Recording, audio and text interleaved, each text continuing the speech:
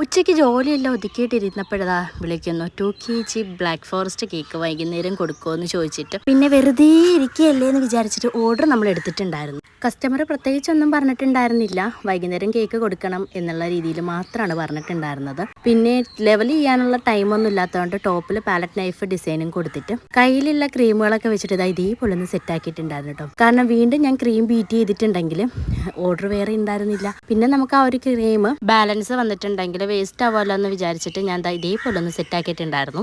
പിന്നെ ഇതൊരു ഷോപ്പിലേക്കുള്ളതായിരുന്നു കേട്ടോ. അപ്പോൾ നമ്മൾ വീണ്ടും സൈഡ് ഫുള്ളായിട്ട് ചോക്ലേറ്റ് ഒക്കെ ഒട്ടിച്ചു കൊടുക്കുകയാണെങ്കിൽ നന്നായിട്ട് വെയിറ്റ് കൂടും. നമ്മൾ ഷോപ്പിൽ കൊടുക്കുമ്പോഴത്തേനും നമ്മൾ നോർമലി കൊടുക്കുന്ന റേറ്റിനെക്കാട്ടിയും കുറച്ചും കൂടി റേറ്റ് കുറച്ചിട്ടാണ് കേട്ടോ കൊടുക്കുന്നത്.